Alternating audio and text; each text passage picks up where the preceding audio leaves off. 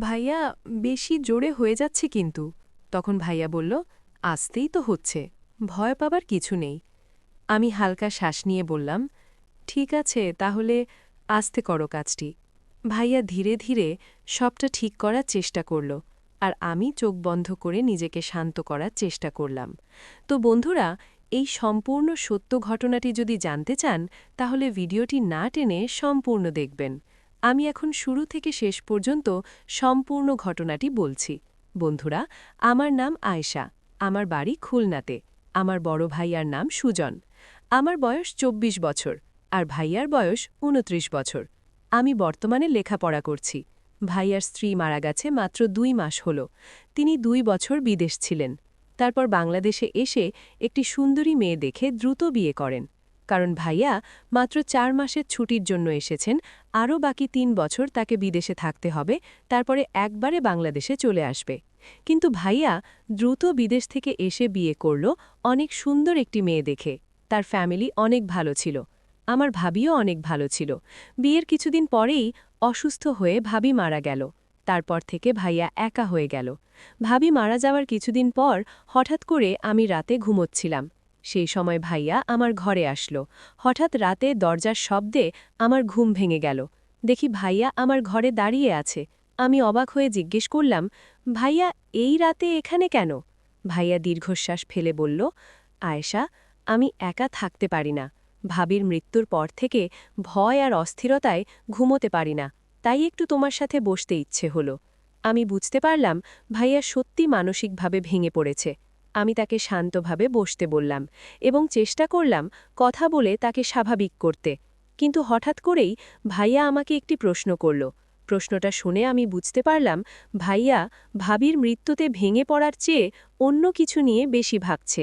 সে আমাকে জিজ্ঞেস করল, তুই কি বর্তমানে কোনো ছেলের সঙ্গে সম্পর্কে আছিস, অথবা এমন কাউকে পছন্দ করিস যাকে তুই ভবিষ্যতে বিয়ে করতে চাইবি? ভাইয়ার হঠাৎ করা প্রশ্নে আমি একটু চমকে গেলাম। কিছুক্ষণ চুপ করে থেকে উত্তর দিলাম, না ভাইয়া, আমি এখন পড়াশোনাতেই মন দিচ্ছি, এসব নিয়ে ভাবিনি এখনো। আমার উত্তর শুনে ভাইয়া হঠাৎ হেসে উঠল। সেই হাসির ভেতরেও একটা শূন্যতা লুকিয়েছিল। সে বলল, জানি তুই এখনও এসব নিয়ে ভাবিস না আয়েশা, কিন্তু মানুষ তো চিরকাল একা থাকতে পারে না আয়েশা। একসময় তোরও একজনকে লাগবে, যার কাছে তুই সব কিছু বলতে পারবি। আমি অবাক হয়ে তার দিকে তাকালাম। মনে হলো ভাইয়া আসলে নিজের একাকিত্বের কথাই ঘুরিয়ে ফিরিয়ে আমাকে বোঝাতে চাইছে। আমি চুপ করে রইলাম।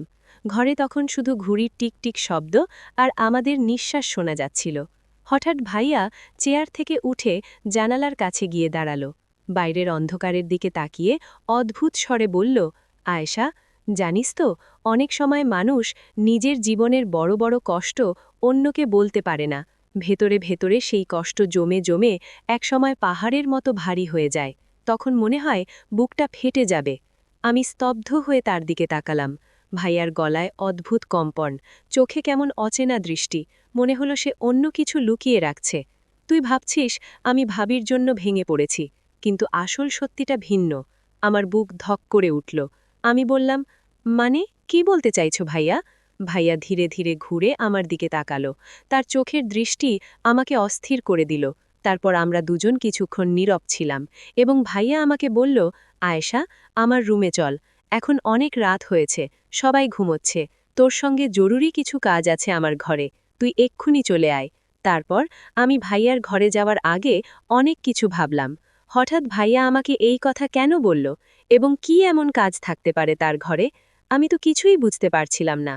আমি ধীরে ধীরে ভাইয়ার ঘরের দিকে হাঁটতে লাগলাম। করিডোরের বাতিগুলো নিভিয়ে রাখা ছিল। চারপাশে এক ধরনের নিস্তব্ধতা। আমার মনে হাজারটা প্রশ্ন ঘুরপাক খাচ্ছিল। ভাইয়া হঠাৎ এত রাতে আমাকে কেন ডাকল? কি এমন কথা বলবে সে? ভাইয়ার ঘরের দরজা খোলা ছিল। আমি ভেতরে ঢুকতেই সে শান্ত গলায় বলল, আয়েশা, দরজাটা লাগিয়ে দে, বাইরে যেন কেউ শব্দ না পায়।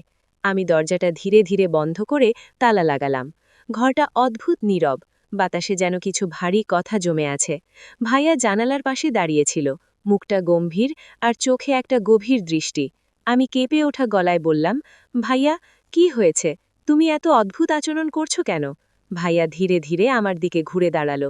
এবার তার গলাটা আগের মতো কাঁপছিল না, বরং দৃঢ় শোনাচ্ছিল। ভাইয়া ধীরে ধীরে আমার সামনে বসে বলল, আয়েশা, আমি এত রাতের জন্য তোর কাছে ডাকলাম কারণ আমি চাই তুই আমার সঙ্গে একটা গুরুত্বপূর্ণ বিষয় শেয়ার কর। এটা আমার জীবনের এক নতুন অধ্যায় শুরু করার ব্যাপার। আমি চোখ বড় করে তার দিকে তাকালাম। আমার হৃদয় আরও দ্রুত বেগে ধাক্কা দিচ্ছিল।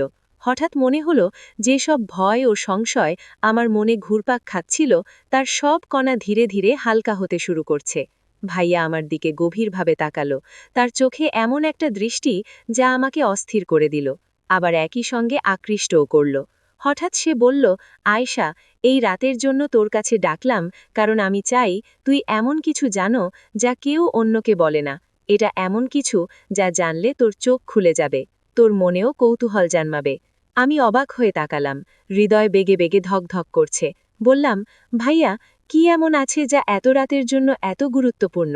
ভাইয়া কিছুক্ষণ চুপ করে থেকে জানালার দিকে তাকিয়ে রইল। বাতাসে পড়ে পর্দা হালকা দুলছিল। তার চোখে এমন এক চাপা দৃষ্টি যেন সে এক মহা গোপন কথা বুকের ভিতর লুকিয়ে রেখেছে। তারপর সে হঠাৎ আমার দিকে তাকিয়ে নিচু গলায় বলল, আয়েশা, তুই যেটা ভাবছিস ওটা না। আসল ঘটনা অন্যরকম। এই ঘরের ভেতর যা বলতে যাচ্ছি ওটা এতদিন আমি কারো কাছে বলিনি। আজ তোর কাছে বলছি। আমার বুক ধরফর করতে লাগল। মনে হচ্ছিল ভাইয়ার এই কথার পর সব কিছু বদলে যাবে।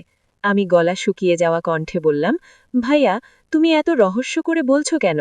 তুমি আমাকে ভয় পাইয়ে দিচ্ছ।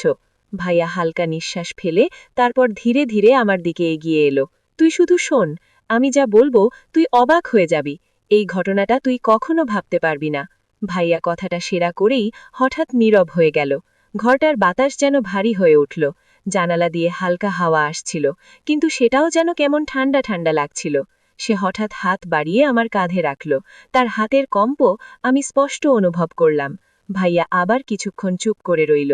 তার চোখ জানালার অন্ধকারের সঙ্গে মিশে যেন আরও গভীর হয়ে গেছে। বাতাসের হালকা শীষ যেন ঘরে একটা অদ্ভুত চাপ তৈরি করেছে। আয়েশা, সে ফিসফিস করে বলল, আমি যা বলবো সেটা তুই আগে কখনো শুনিসনি, কেউ কখনো জানে না। আজকের রাতটা আমার জন্য খুব গুরুত্বপূর্ণ। আমি অস্পষ্টভাবে মাথা নাড়ালাম। মনে হলো শ্বাস রুদ্ধ হয়ে যাচ্ছে। ভাইয়া ধীরে ধীরে আমার দিকে ঘুরে তাকালো। চোখে এক অদ্ভুত দৃষ্টি, যেমন কেউ চুপচাপ গোপন কিছুর ভিতর তাকাচ্ছে। আয়েশা, তুই কখনো ভাবতে পারিসনি যে কোনো মানুষ তার জীবনের কিছু ঘটনা এত গভীরে লুকিয়ে রাখে যে নিজের কাছেও তা ভাঙা কঠিন হয়ে ওঠে। কিন্তু আজ সেই মুহূর্ত এসে গেছে। আমি কেঁপে ওঠালাম। ভেতরে কেমন অজানা উত্তেজনা ও ভয় একসাথে ভেসে উঠল। ভাইয়া আরও কাছে এসে বলল, তুই শুধু শোন, আমি যা বলবো তুই অবাক হয়ে যাবি। এই ঘটনাটা তুই কখনো ভাবতে পারবি না। আমি স্তব্ধ হয়ে শুনতে থাকলাম। হৃদয় বেগে বেগে ধকধক করছে। মনে হলো যে মুহূর্তটা আসছে সেটা পুরো জীবনটাই বদলে দিতে পারে। তারপর ভাইয়াকে বললাম, ভাইয়া, দ্রুত কথাটি বলো। তারপর তোমার কথা শুনে আমি ঘুমাতে যাব। আমার খুব ঘুম পাচ্ছে। তখন ভাইয়া আমাকে বলল, তোর তো আমার কথা শোনার পর হয়তোবা ঘুম নাও আসতে পারে। কি বলো ভাইয়া, তুমি এগুলো কি বলছো? আমি কিছুই বুঝতে পারছি না। আমি শুধু এটা বুঝতে চাই যে আসলে তুমি কি বলতে চাও। আমাকে দ্রুত বলো। আমার আর অপেক্ষা করতে ইচ্ছে করছে না। প্লিজ বলো ভাইয়া। তারপর ভাইয়া আমাকে অনেক কিছু বলল এবং অনেক কিছু সেই সময় ঘটল। তো বন্ধুরা, কালকে পরবর্তী ভিডিওতে আপনাদের দ্বিতীয় পর্ব নিয়ে আসব। যারা যারা আজকের এই ভিডিওটি দ্বিতীয় পর্ব দেখতে চান অবশ্যই কমেন্ট করবেন, আর এই ভিডিওতে লাইক দিয়ে চ্যানেলটি সাবস্ক্রাইব করে রাখবেন। আর আগে থেকে যারা এই চ্যানেলটি সাবস্ক্রাইব করে রেখেছেন আপনাদের জন্য অনেক ভালোবাসা রইল।